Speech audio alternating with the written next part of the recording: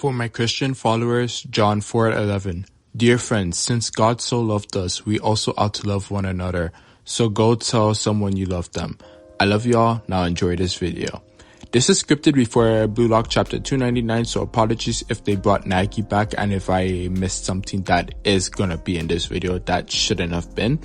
I have 3 lineups, just in case. For one if Sae comes back, one if Nagi comes back, and one if both of them come back. But spoilers are in order, so you have been warned. Now the lineup I will be using is the fusion of munchen and PXG with 4 defenders in the back, 1 defensive midfielder, 1 offensive midfielder, 2 wingers and 2 strikers, making a 4-1-1-2-2 attack. Making a 4-1-1-2-2 formation. Now this won't be the only lineup they use, as different teams will require different setups like how PXG did, but this is the main one I have. Base lineup, no Sae, no Nagi. Goalkeeper, again Gagama. This one was obvious as there is no goalkeeper in this story that is even competing for this title against Gagama. And the only one we know is Fukaku, but yeah, he has no feats to fight for that. Even Moro has more feats. Now for the wingbacks, their responsibilities are protecting the flank. Wingbacks are primarily responsible for defending their side of the pitch, tracking opposing wingers, and preventing dangerous crosses or attacks. Closing down opponents. They need to apply pressure to opponents who have the ball on the flank, forcing them into mistakes or backward passes. Winning one-on-one duels. Wingbacks must be strong tacklers and interceptors, capable of winning individual battles against opposing wingers and forwards, maintaining defensive awareness. They need to understand when to step up, drop back, or shift laterally to maintain an effective defensive line with their teammates. Attacking responsibilities, providing width. Wingbacks stretch the pitch, creating space for other attackers and giving the team a wider presence. Making overlapping runs. They support the attack by making runs into the box, creating chances for themselves and teammates. Delivering crosses. Wingbacks are expected to deliver accurate and dangerous crosses into the penalty area, either from the byline or from deep, contributing to build-up play. They can participate in the build-up play by moving centrally and offering passing options. Attacking the penalty area. They can also attack the penalty area, targeting the far post when crosses come into the box from the other side. Left back, Hiyori. This will make full sense when I review the full lineup, but yeah, he did very well in the right back position in munchen. He does a good job protecting the flank, which is his side of the pitch, especially against Sendo in the U20 match, and he defensively backed up Karasu in chapter 135 when he was looking out for bad spots. He also looked out for Isagi and Kaiser against Lorenzo when he faked out both Metavision users, and lastly, he did really well defensively in his one-on-one against Charles. Offensively, his dribbling specs are amazing. Dribbling through fodders with ease, could have potentially scored the game winner if Sendo hadn't come in clutch. He had 2 crucial assists in the NEL and can play multiple positions effectively, but I chose this position as he is pretty good defensively and has Metavision to see the field clearly to help advance offensive and defensive plays. He also could move up the midfielder when the team would implement the 7 attacker strategy with the 3 defenders hanging back when the wingers moved up. This way he could really be like Sae and control the 6 other attackers to move as he desires. Hiyori was the reason I felt safe putting 2 strikers at top, as it's like Charles' situation where it would leave friends or foes guessing who he would pass it to. Right back, Eita Otoya. Now this is similar to my Sae Perfect Team video, and yeah, in terms of speed, Otoya and Corona should be on par with each other. And while we haven't seen Otoya keep up with Metavision users like Corona, I would imagine he would do fairly well if given the opportunity, as he has a good history matching up with other people's tempos like Karasu and Bachua. He can also unexpectedly get steals if someone tries to sneak past Aryo in a 1v1 situation. However, he can't hold down the flank in a 1v1 situation as well as people think, as once he has found his role is heavily limited, and Corona wouldn't fare well either, as Corona's defensive stats have gotten worse, but Corona would do better here. However, the one thing I put Otoya over the right backs like Santetsu and Corona is his ability to still score goals. Unlike the other two, who have pretty much converted themselves into role players with not even 1 shot in the NEL between the two, Otoya will still go for some goals, which makes his role in the 7 attacker formation deadly, especially if he finds a spot that intrigues the passer to send him a devastating assist. Now let's define the roles of a center back. Defensive prowess. Protecting the goal. Center backs are the primary line of defense, position in front of the goalkeeper to block shots, intercept passes, and tackle opposing players. Winning aerial duels. They often need to be tall and strong to win headers, especially during set pieces like corners and free kicks. Tackling and interception. They must be skilled at tackling to win the ball back and intercepting passes to prevent the opposition from advancing. Reading the game. Good center backs need to be able to anticipate plays and position themselves effectively to thwart attacking players. Executing the offside trap. They play a crucial role in setting up and executing the offside trap, ensuring they are in the right place at the right time to nullify the opposition's attacking threats. Modern center back responsibilities. Ball distribution. Modern center backs are increasingly expected to be comfortable on the ball and are able to distribute it effectively, starting attacks from the back. Build-up play. They are often involved in building up play from the back, helping to progress the ball towards the attacking areas. Versatility. They may need to step up into the mid or cover full-back positions, depending on the team's tactics and the situation on the field. Example being when IQ covered the right when Otoya and Karasu were wreaking havoc. Physicality and speed. They need to be physically strong and quick on their feet to handle physical and agile opponents. And speaking of IQ, yep, he's here.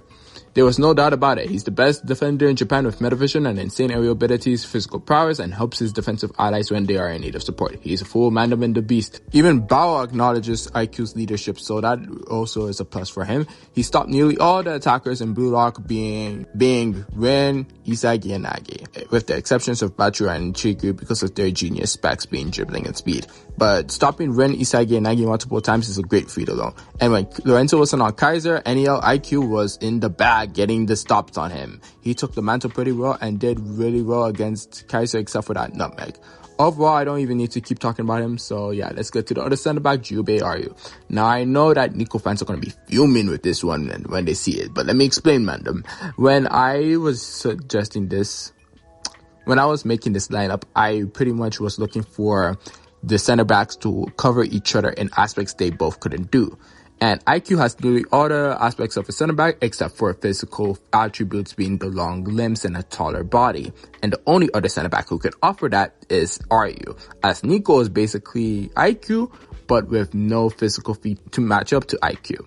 So I felt Ryu was just very good here. And he did a really good job keeping Kunigami locked down for the most part of the BM versus Ubers game. So yeah, I think they fit this role very well. I think this duo would work very well for my opinion. And they were also the center backs for Ubers, and Nico didn't even play there. He played as a center defensive midfielder. So yeah, that is that. Speaking of the defensive midfielder, let's get into it. Tabito Karasu. He fulfills the most of the boxes to be a defensive midfielder, being protecting the back line. CDMs are positioned deep in the mid to intercept passes and disrupt opposing attacks before they reach the defenders. Winning the ball. They are expected to be strong tacklers and good at winning the ball back through interceptions and challenges. Disrupting opponent play. CDMs need to understand the game flow and anticipate opponent movements to disrupt their attacks and maintain defensive structure. Communication and organization. They often act as a leader on the field and communicating with teammates and organizing the defense. Initiating attacks. Once they win the ball, CDMs are expected to quickly and accurately distribute it to launch attacks. Possession and tempo control.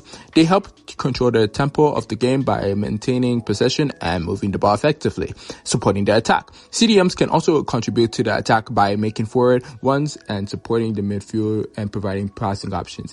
Karasu would mainly thrive from initiating attacks, tackling and interception, disrupting opponent play, possession and tempo control, ball control, composure, communication, organization, being a decent passer, and having a pretty good tactical intelligence. Meanwhile, the other contenders I had in mind were Raichi and Kunigami. However, they were really physical meatheads and they really don't have the IQ and communication tactics that Karasu does. And although Raichi is very vocal, he doesn't have the IQ on how to lead a team compared to if Karasu was doing that. So I believe Karasu's words would be taken more to heart. And especially with the fact that Karasu has the most experience playing CDM amongst the three players. And his ball possession keeping technique is very vital for this role. As even though Raichi and Kunigami could protect the line, to also keep good ball possession is very much in order. And Karasu has a very good aerial presence too. He's basically like the future coming of Mark Snuffy in my opinion. So if we're giving Mark Snuffy praise, let's give Karasu his flowers. Now let's get on to the next position, the cam. behind the striker and above the midfielders, essentially acting as a number 10 or a trequartista role. Their primary focus is on attacking, creating chances, and assisting goals, linking the midfield and attack, creating opportunities for teammates, scoring goals, possessing strong technical skills, vision, and decision-making ability, being quick, agile, and mobile. For my team, it is Megalulu Batrela. It could have been Hiyori, but I decided to swap their position since Hiyori is better defensively than Batra, and Batra still has really good passing that can compare to Hiyori. While not being on the same level as Hiyori, it's still pretty good. And his dribbling, I would say it's 100% better than Hiyori's for sure. Genga all the way. Batra in the U20 game thrived in making passes to Isagi and Rin and broke through the U20 defense constantly by himself. So imagine if he was put in an attacking position where he could do it constantly instead of a left back position. His playmaking skills and going for goals himself would make him very destructive in this role, and he has very good technical skills, pretty decent vision as he was able to see through the Noah and Navino thing and know that he shouldn't get involved, and always knows when to pass to Isagi in the first selection, and has quick decision-making abilities. He is possibly the best dribbler in the BlueLock campaign with Yukiya and Rin right on his tail. He would be a nightmare for any defender to deal with, and with the fact that he could make a pass or link up to one of Japan's deadly attackers, yeah, good luck to whoever has to deal with that. Now the wingers. Attacking role, creating opportunities. Wingers are expected to dribble, beat defenders, and create space for themselves and teammates. Crossing. They deliver accurate crosses into the box to create goal-scoring opportunities. Width and space. Their positioning creates width on the pitch, forcing defenders to spread out and opening up space for other attackers. Direct threat. Wingers are a direct threat to the opposition's goal, capable of cutting inside and shooting themselves. Defensive contribution. Tracking back. Wingers are also expected to track back and defend their area when their team loses possession. Pressing. They often participate in pressing the opponent, disrupting their build-up play. Left wing, Hyoma Chiguri. So among the Blue Lockers who played left wing throughout the NEL, I believe the best were Batra and Chiguri. And with Batra playing cam, it's easy to put Chiguri here as his golden formula is perfect for this position. While his dribbling style is solely for him and getting goals, he can make plays for others like how he did with Chris against on BM and in the Batra match when he passed to Nagi. His speed will be giving the defense a one for its money every time, and sometimes on defense he can track back like how he did against Ubers, and it would be a great pressure beast with his speed when needed to. So I believe Chiguri works best here. Right wing, Shure Barou. I couldn't think of a way to put him on striker with the formation I have, so I had to do it here. Although he has shown to be a very good striker who can lead a team like Ubers, he didn't really have any contention for striker. Like if he was put against BM or PXG, he would have had good contention for the striker card. And I think due to that and not having to overcome any other strong strikers, I feel right wing is good for him. He now has Predator eyes, so he could always create chaos and snipe a goal through it. Ball did pretty well in this position in the U20 match anyway, so it's not like he's doing bad or anything. He's just being shifted to the right wing instead of striker. And thanks to Nagi's downfall, I know Hiragi's cards will come for Chiguri and Barou, which I will make a video about for Chiguri in its own case, but let's talk about Barou's right now.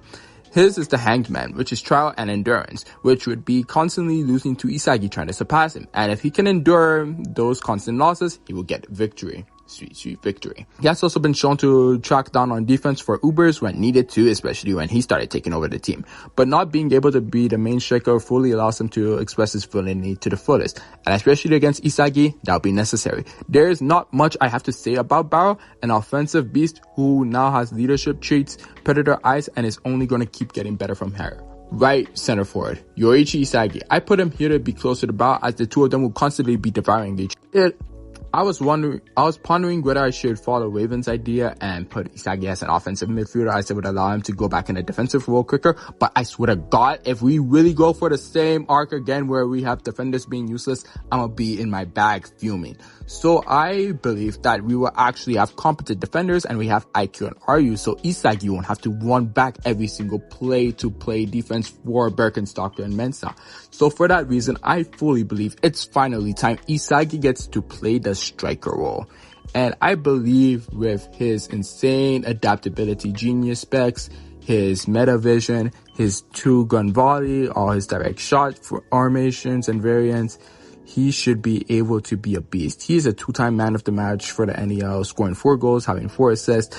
always getting the right plays, throwing away his soul for the sake of victory, and getting the fastest puzzle piece to adapt to the quickest now that he's settled away all his emotions and all logical thinkings. So now he is ready to take on the world and be BlueLock's ace.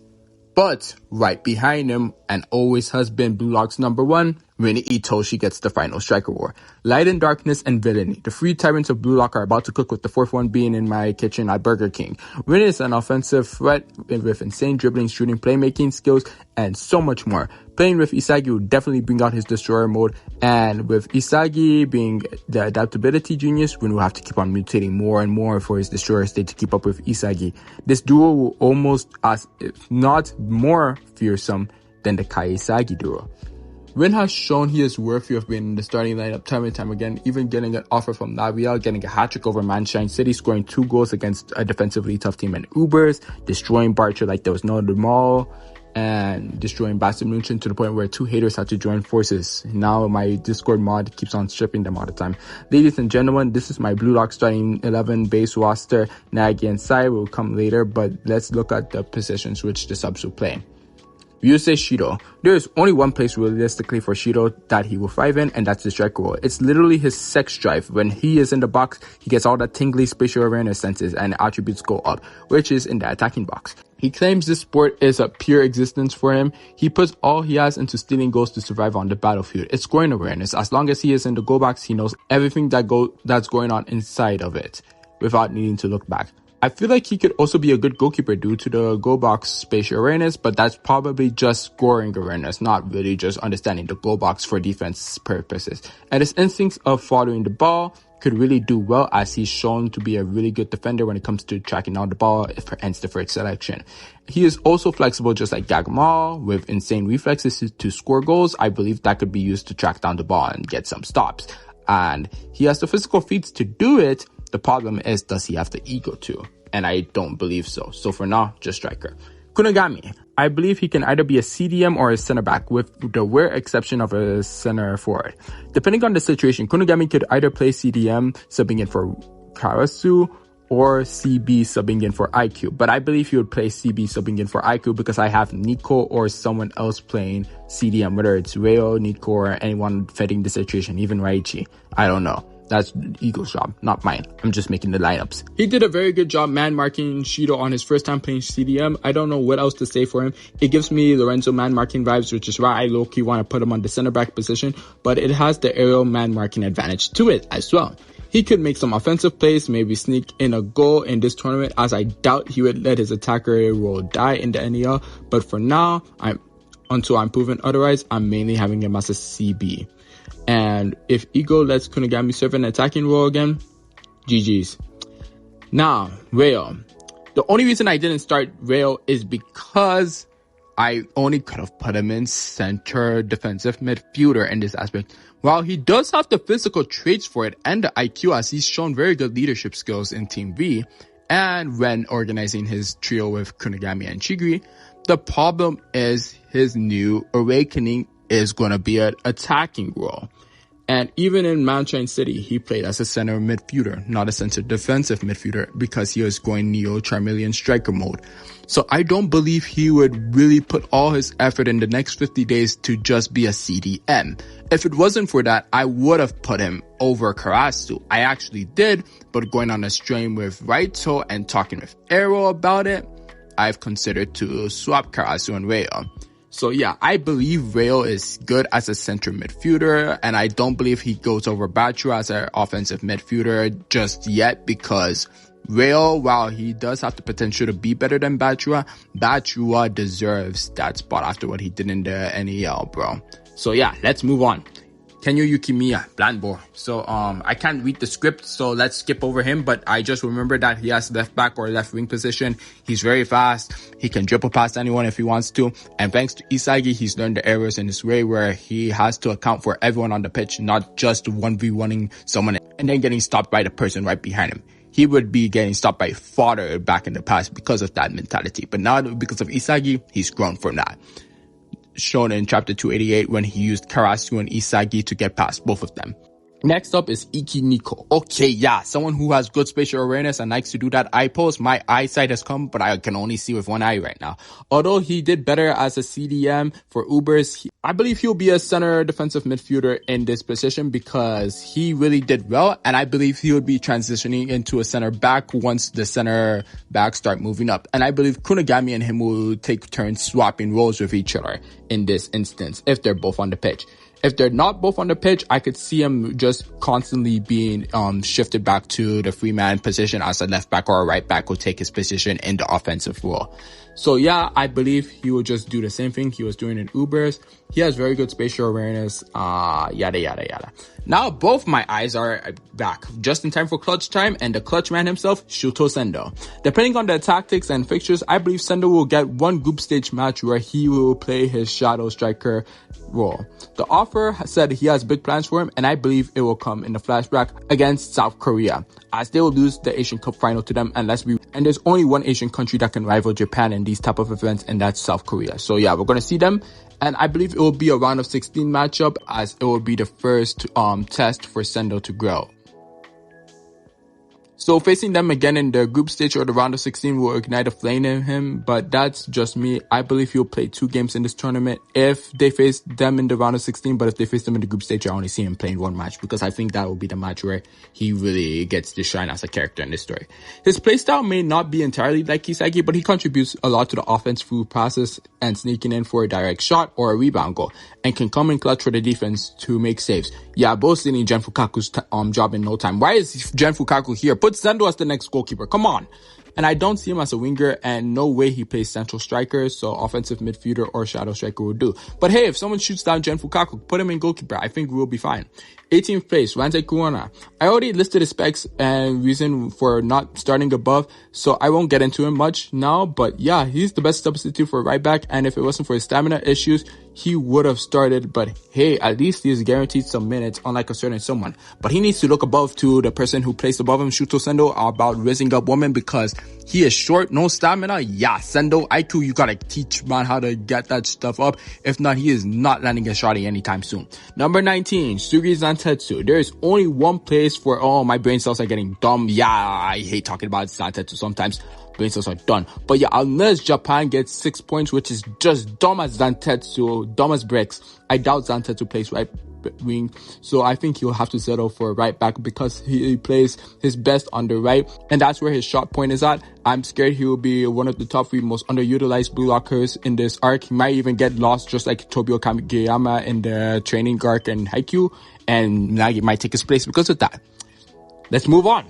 Gen Fukaku. Again, let's move on. 21, Jingo Raichi. I feel like depending on the teams they will face, if they get bulky opponents, Raichi will be the CDM of the match, and he would get to start over Karasu because Karasu would have a harder time with that. And yeah, he would probably have to depend on someone to tell him orders, because let's be honest, other than being a meaty person who can sometimes get interceptions, the best feat he has is stopping snuffing, but we have to credit that mainly to Isagi, as Raichi would not have done that if Isagi didn't tell him what to do. And Raichi really thank Isagi, because if it wasn't for that, you wouldn't be in the top 23, and you would have probably making my fries right now. Put him in back. Jin Kiora, one pass man. I know he has no defensive feats, but similar to Bachura, he boasts immense dribbling techniques. He really is a fun sight to see though, as in episode Nagi, he is a dance trister king and apparently can speak English now. I know he's going to have a shining moment, and he's going to talk some English translation for the Blue Lockers and get them in trouble. I need that scene, please. 23, Nijio Nanase. I need him shot, please. Honestly, I can only see him playing 1 match, and that's either a chill game if Japan gets 6 points by game 3, or extra time. I believe due to him being ambidextrous, he will have a key role of scoring the final penalty in a shootout in the knockout stages, saving Japan and marking his name in the football world as the world's greatest gooner. He works best when he is being close to someone and finding open spaces, so I think left back is good for him.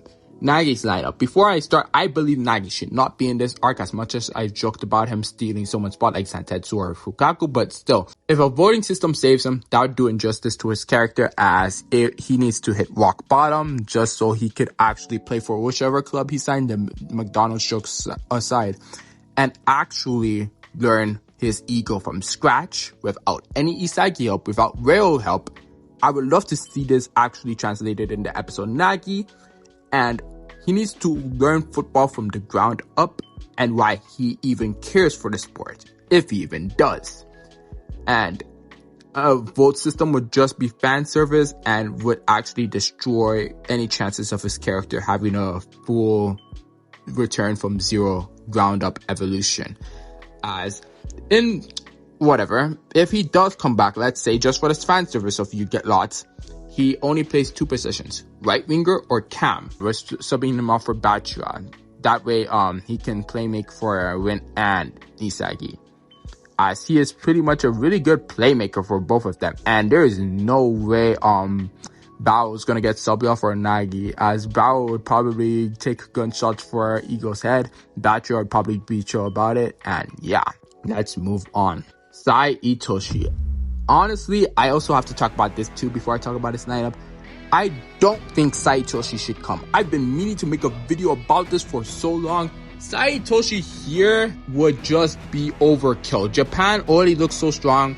They have to introduce so many characters to the story to make Japan not even the title contenders anymore. The only people who make a country look strong that isn't Japan is Loki and Charles, maybe Italy, maybe Germany. But they only have one player we both know that would actually be strong contenders in the thing, being Kaiser and Lorenzo. For France, it's Loki and Charles, if Loki even comes to pull up, and if Charles is even allowed to play. But I believe they're going to allow him to play, because why would Nico be in the starting 23? He's both 15 or 16. He allegedly in real life shouldn't even be here, but because this is a manga, he will be here. So I believe Charles will also be there too, because Charles is like a few days older than Nico, February 22nd to March 5th. But yeah, let's get to the point. If Sae comes there, it's overkill. And the second reason is that if they don't overkill and actually build up other countries well, they would have to nerf Sae Itoshi. That way Sae Itoshi cannot kill the other teams, because Sae Itoshi there is overkill, so they would have to nerf my boy. And if they nerf my boy, that's one step closer for me to drop the manga, and that would ruin Sae's validity and credibility. But yeah, in this Sae lineup, I could see Shido starting, as the Sae and Shido lineup is one of the most deadly duos of all time. They are still a strong duo, no matter how far the rest of the team has caught up to them in terms of abilities. I still believe this duo would be insanely hard to defeat and get grasp, reflex, X reflex, and then add Destroyer win onto it. It would be insane. I believe I would shift Isagi over to the right wing, as Isagi is over Bao in this situation. And I believe Isagi having to adapt to all 3 of these insane beasts would be insane to see. And Bao would be a Joker card, and we need 1 Joker card on the bench. Now the last team is Sae and Nagi. This would be the same, but with Nagi as a substitute. So yeah, these were my 3 lineups as I predicted for the U20 World Cup. I hope you all enjoyed the video, and until the next one, stay blessed. Tsuki out.